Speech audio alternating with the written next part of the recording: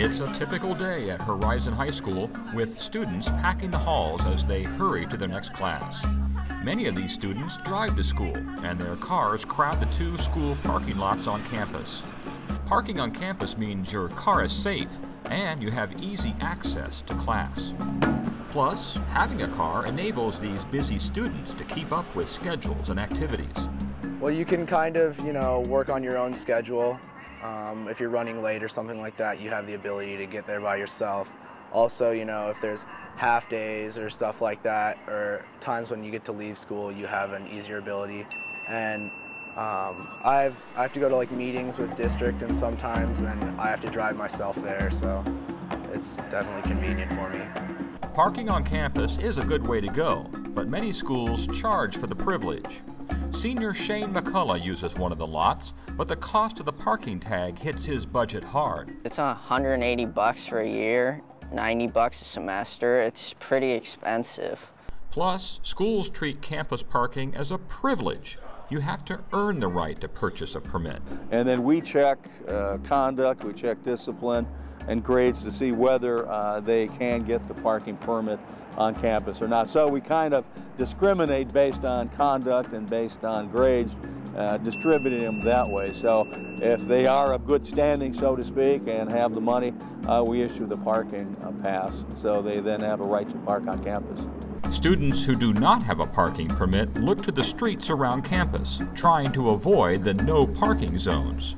Available spots fill up fast, and you have to allow extra time to walk to class. I had to get to school about a half hour early just so I can find a parking spot that wasn't no parking, because everywhere around here is no parking, because everyone's sick of all the kids parking here for school. Further away from school, on the neighborhood streets, the homeowners generally do not like student vehicles parked in front of their homes.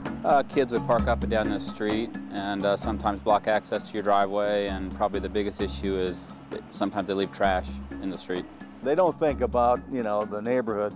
Their thoughts are, I'm late usually, I want to get to school, find a spot, and then what normally happens, they'll park somewhere in the neighborhood, either in the driveway or near the driveway, near a fire hydrant.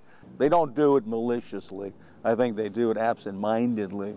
Fortunately, there is a solution to the problem. Homeowners can contact the City of Phoenix and request no parking signs to be installed in front of their homes.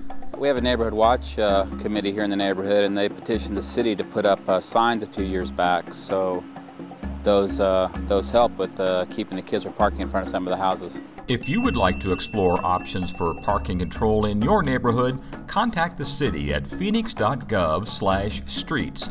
Look for the link to neighborhood requests. There are also other links for parking and traffic solutions on the streets where you live. If your request is approved, it takes about 30 days for the signs to be installed. Other requests for strict traffic control take longer. We tell people you can't petition, city will help you, the police will watch. So we try to work within the community and also get the youngsters to follow the signs once they're put up.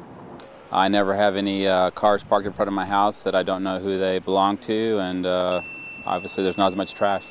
I think they don't really like kids parking in front of their property and stuff like that. Maybe be annoying for their own schedules. Also, I don't really think they like the vandalism that goes on.